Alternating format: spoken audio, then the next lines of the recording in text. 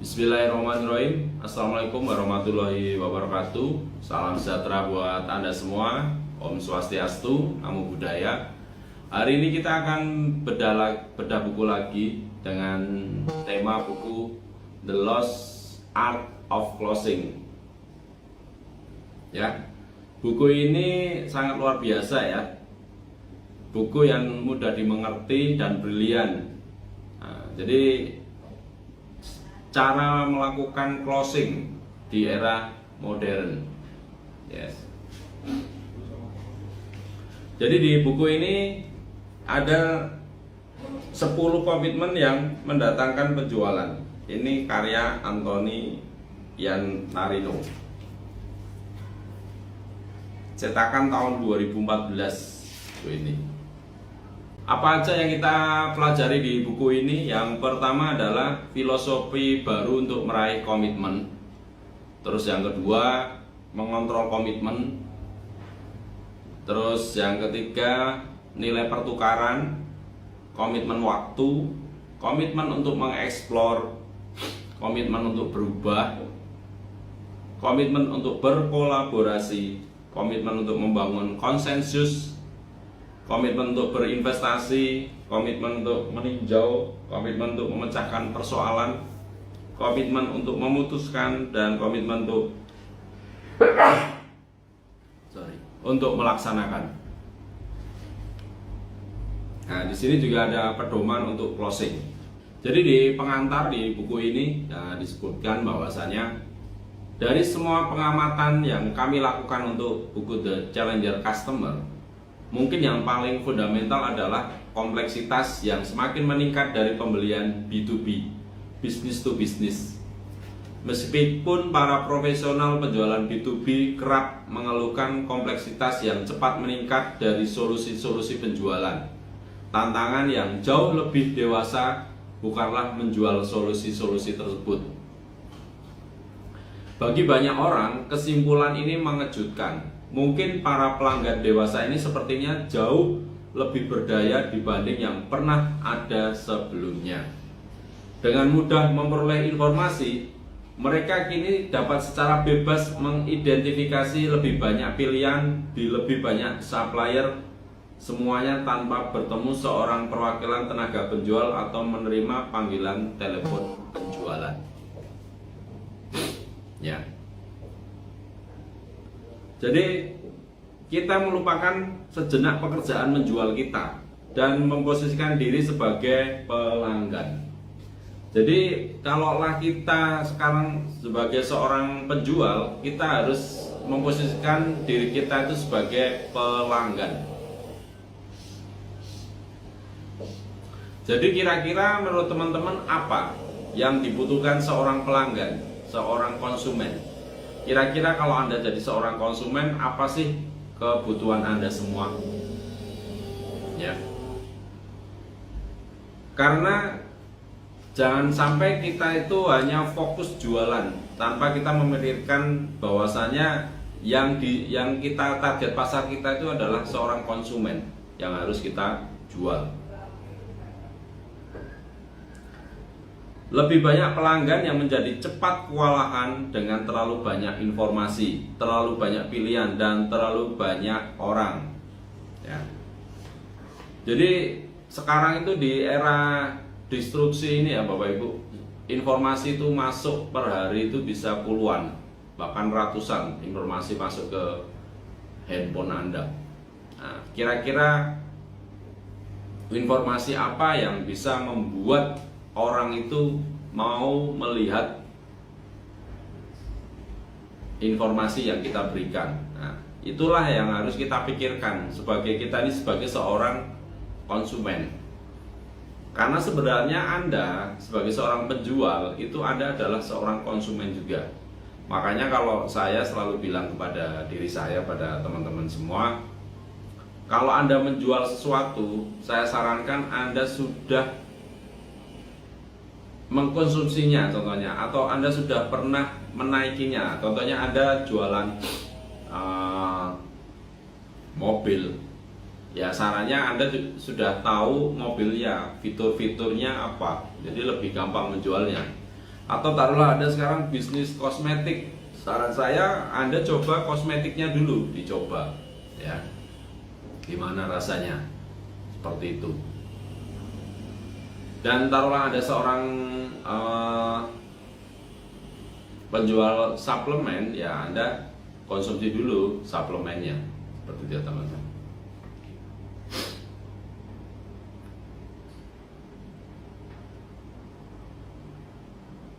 Jadi menurut riset yang terbaru ya, 60% pelanggan mengatakan banyak waktu yang diperlukan hanya untuk mencapai titik di mana mereka siap menghubungi seseorang, supplier seperti kita, ketika mereka awalnya mengatur seluruh pembelian. Seperti itu teman-teman.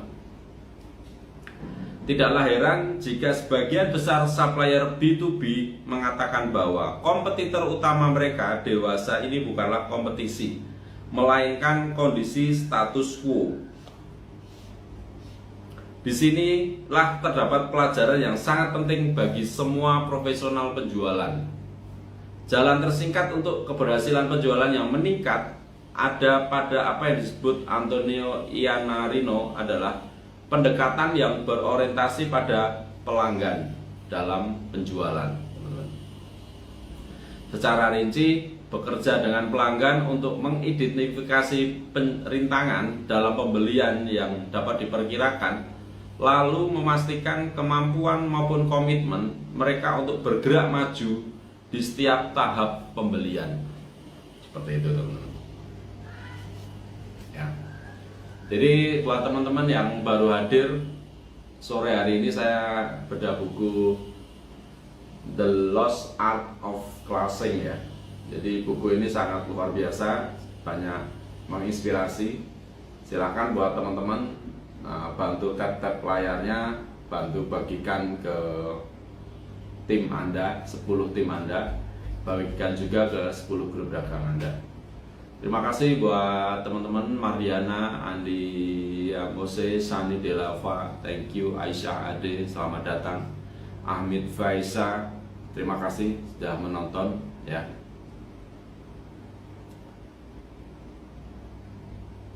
Oke, Septiana, thank you dari Hongkong, selalu hadir ya. Bantu tap-tap layarnya, bantu juga bagikan ke 10 teman Anda dan 10 grup dagang Anda ya.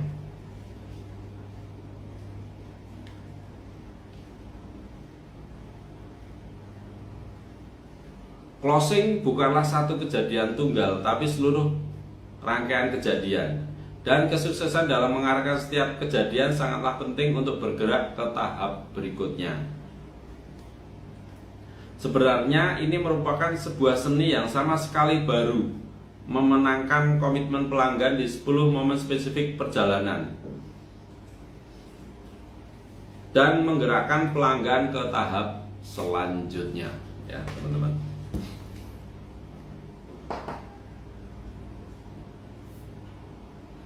Ya, jadi the only sales guide you will ever need. TOSG adalah sebuah panduan komprehensif mengenai penjualan. Anda pasti akan berhasil dengan melakukan aktivitas yang ada di dalam buku itu. Tetapi menjual adalah interaksi manusia yang dinamis dan kompleks, dan tingkat performa yang lebih tinggi yang tersedia bagi Anda jika ingin menginginkannya. Seperti itu teman-teman ya. Pemikiran tentang closing telah berubah begitu banyak sehingga tidak ada buku yang sudah ditulis sebelumnya yang memasukkan realitas baru tentang penjualan dan menjual. Kata closing menandakan hanya satu dari banyak komitmen yang perlu Anda dapatkan untuk menciptakan dan memenangkan peluang-peluang baru. Seperti itu teman-teman. Kita langsung ke bab 14 tentang pedoman closing. Oke, kembali lagi buat teman-teman yang baru hadir. Ini kita sedang bedah buku The Lost Art of Closing ya. Thank you yang sudah hadir. Bantu kami tap-tap layarnya, terus bagikan ke 10 tim Anda, dan bagikan juga ke 10 grup dagang Anda. Jadi apa sih pedoman untuk closing? Nah, di buku ini dijelaskan bahwasanya tidak ada aturan dalam penjualan dan Anda harus mengetahui semuanya ya. Yang dimaksud di sini adalah bahwa penjualan menuntut agar Anda bersikap bijaksana. Anda memeriksa pilihan-pilihan yang tersedia untuk Anda dan Anda membuat keputusan yang baik mengenai tindakan yang Anda putuskan. Apa yang berhasil dalam satu situasi bisa atau tidak bisa berhasil dalam skenario di masa mendatang. Bahkan ketika situasi-situasi tersebut tampak sama ya.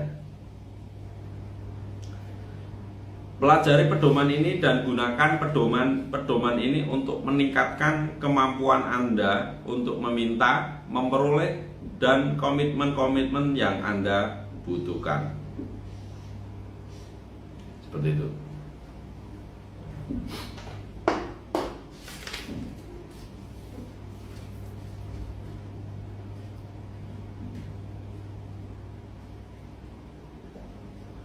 Ya.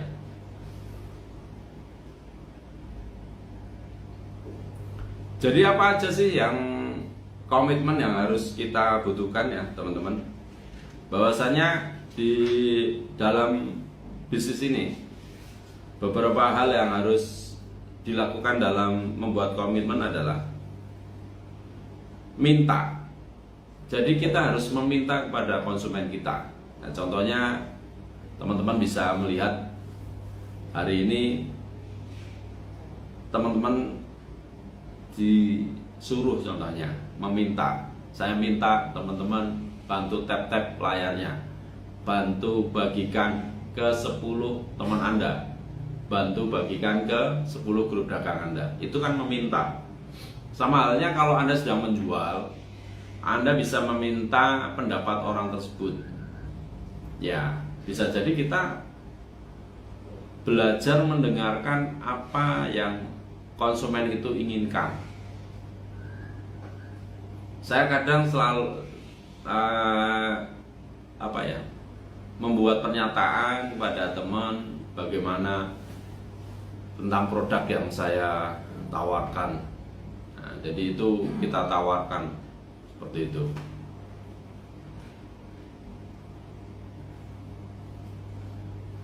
Jika tidak meminta komitmen-komitmen yang Anda butuhkan, Anda sedang membuang-buang waktu klien impian Anda, waktu perusahaan Anda, dan waktu Anda sendiri.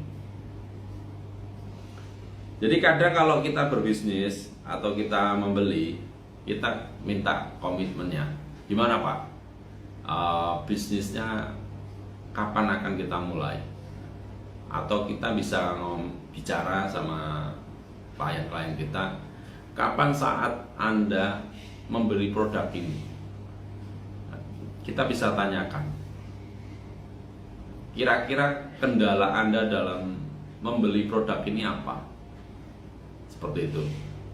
Itulah yang harus kita lakukan gitu loh.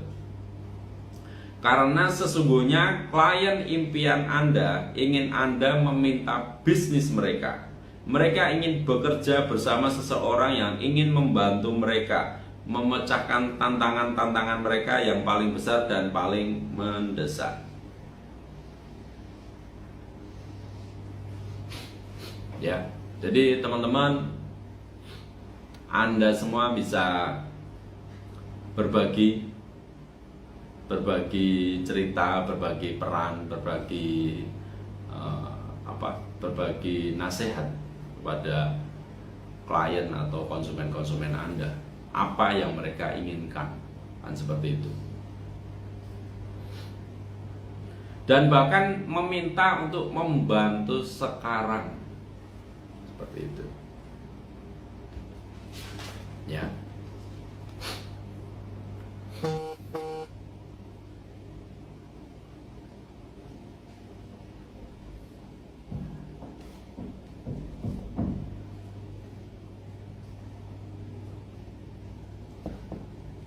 Anda harus meminta kesempatan untuk membantu. Sekalipun Anda belum menyelesaikan semua masalah dalam proses penjualan Anda. Seperti itu. Jika Anda mengetahui bahwa calon klien Anda membutuhkan bantuan Anda dan Anda telah berbuat banyak sehingga berhak untuk meminta bisnis mereka, jangan menunggu. Mintalah bisnis mereka atau minta pesanan dan perintah mereka. Mulailah melakukan pekerjaan yang mereka butuh untuk Anda lakukan. Bila tidak, sementara Anda bisa bersantai menjalani proses penjualan Anda. Tenaga penjual yang lain mungkin menyerobot, meminta pesanan dari calon klien Anda, dan menghilangkan kebutuhan mereka untuk mengadakan pertemuan lagi dengan diri Anda. Jadi teman-teman, kunci kita bisa closing itu adalah kita harus tahu dan kita harus meminta bantuan. Nah, contohnya, bolehkah saya minta bantuan Anda untuk melihat produk saya?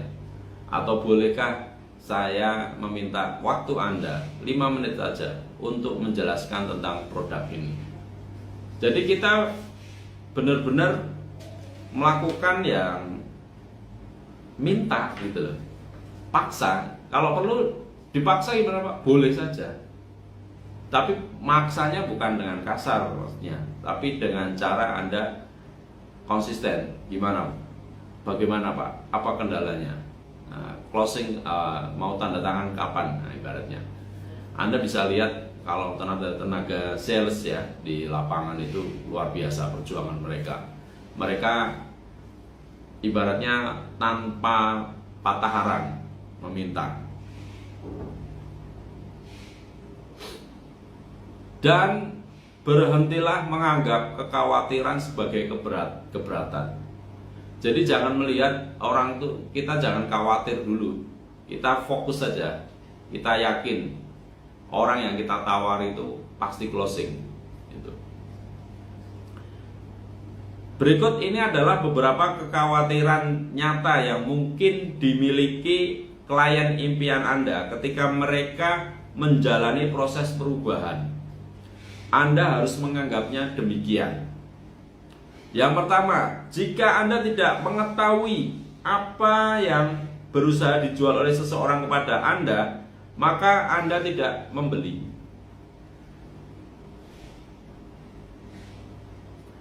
Jadi kita harus tahu kita tuh mau jualan apa gitu. Segmennya siapa, target pasarnya siapa. Kalau kita jualan mobil, mungkin tukang becak butuh mobil. Di sini saya tidak menyudutkan profesi ya, itu contoh aja. Tapi kira-kira mereka punya uang nggak? Gitu.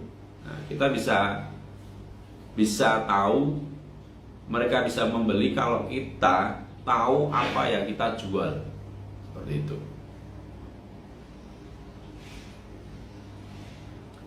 Yang kedua, kekhawatirannya adalah jika Anda tidak meyakini bahwa apa yang ingin dijual kepada Anda akan menguntungkan Anda.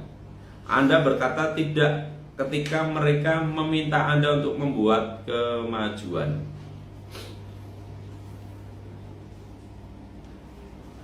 Ya. Yang ketiga, jika Anda takut terhadap risiko yang mungkin berhubungan dengan suatu perubahan yang perlu Anda buat begitu Anda membeli, maka Anda tidak mau membuat kemajuan sampai risiko itu ditangani. Yang keempat, jika kita khawatir membiarkan kekhawatiran nyata klien impian Anda tidak teratasi, mereka berhak menolak permintaan Anda untuk mengambil langkah selanjutnya untuk membeli apapun yang Anda jual. Jadi kalau kita menjual sesuatu, kita yakin saja, nggak usah khawatir. Bisa jadi kita khawatir ya, yang calon pembeli itu nanti nggak membalikin, retur dan sebagainya. Tapi asal kita memberi mereka pengertian yang jelas, terus kita memfollow up. Jadi jangan setelah ada jualan produk Anda tinggal. Padahal orang yang pernah beli produk Anda itu adalah target pasar Anda yang bagus selanjutnya. Kita bisa follow up lagi. Jadi pastikan kalau mereka beli awal bulan berikutnya kita bisa follow up lagi, tanyakan gimana stoknya, apakah mau order hari ini atau besok. Jadi kita bisa tanyain teman-teman. Banyak sekali orang yang sudah order terus mereka nggak order lagi ketika kita tidak follow up, ya seperti itu. Aji Dipa. Karena ketika kita sudah betul membuktikan, kita leluasa bicara. Yes, betul. Itulah otosugesti ke diri kita. Kalau produk yang kita pasarkan itu bagus, ya caranya apa? Kita menjadi konsumennya dahulu, memakai produknya dahulu. Seperti itu. Ya.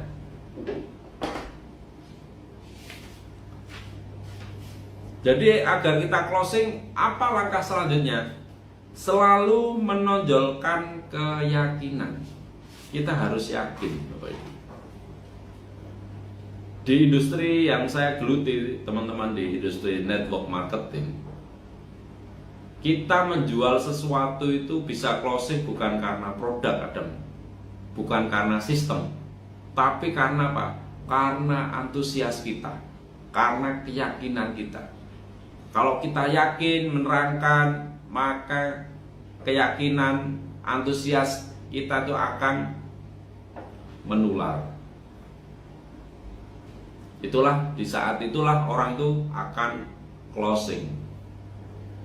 Jadi jangan berpikir, jangan khawatir nggak closing. Yang Anda khawatirkan ketika Anda tidak punya keyakinan yang kuat untuk memberi informasi kepada calon klien-klien kita.